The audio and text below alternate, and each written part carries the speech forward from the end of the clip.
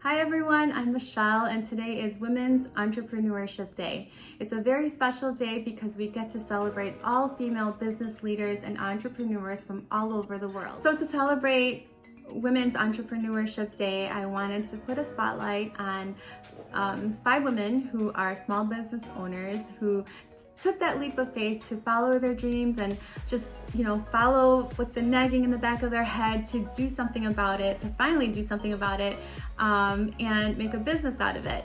I asked them really tough questions, and it's really interesting to see their insight and read through their struggles and how they got through with it.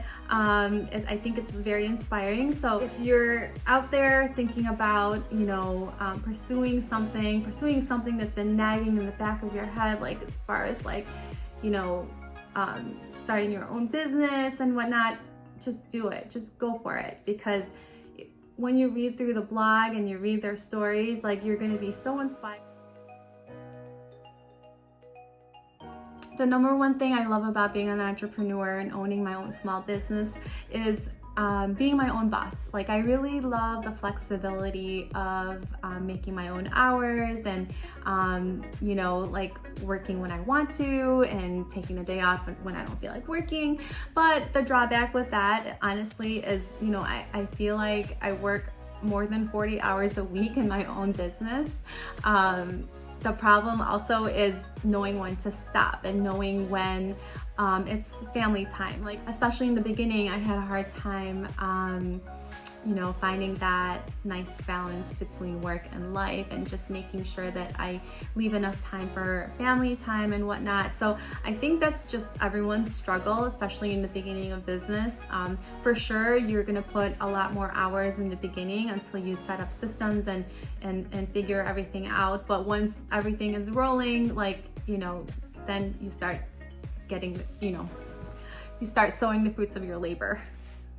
The toughest thing that I have learned, and I'm still learning actually, is that you can't please everybody. There will always people that'll either support you through and through, and there's others that will bring you down regardless of what you do. So the bottom line is you can't please everybody. I have the biggest bleeding heart syndrome, and I have the problem of wanting to please everybody, and I'm slowly learning that, especially owning my own business, that you can't make everybody happy. So I think the number one thing is if you are willing to work hard and if you're passionate with what you're doing and you love what you do, the sky is the limit. There's nothing stopping you. Surround yourself with people that understand you and will support you through and through, and don't sweat the small stuff, because there's always going to be small stuff.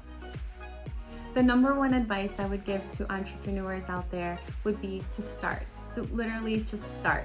Because once you start and invest time, energy, and even money into it, then you're invested. And at that point, honestly, as long as you try and you give it your best, the only thing that can happen is either we succeed or we fail. And if we fail, that's all part of it. Failing is when we learn, and we learn from our mistakes and we do better. Once the ball gets rolling, you just gain that momentum and you just keep learning and setting new goals and just keep pushing until you do it. And at the end of the day, as long as I know that I tried my best and gave it my all, then I would be totally okay with the results. Lastly, the number one tip that I want to give, especially if you're going to provide service or product, is to put yourself in your customer's shoes. Honestly, put yourself from beginning to end. Experience everything from, let's just say, the design aspect to the actual product, how it feels, how it makes them feel when they receive it, how is it packaged, order acknowledgement, email acknowledgement, thanking them. Thanking goes a long way. It's just everyone takes it for granted nowadays, and you'd be surprised how many people are so thankful when I send them a thank you email for just ordering. It's really so neat to, you know, see email replies like that. Like, I would think that everyone would, you know, be thanking their customers, but it's something that a lot of people take for granted. So, you know, put yourself in their position and just really experience everything from beginning to end and see how it makes you feel. Customer service is key. It's just really the number one thing that a lot of big box stores are lacking. So us small business owners have to recognize that and just, you know, make our customers feel so welcome and you know, feel, because you're so grateful for them, you know, purchasing and supporting you. So just make sure they know it. And that's it. Happy Women Entrepreneurship Day. I hope you guys learned a thing or two, and definitely go to the blog and read about those amazing stories about those women, because they're doing it out there, and I know you can too. Bye.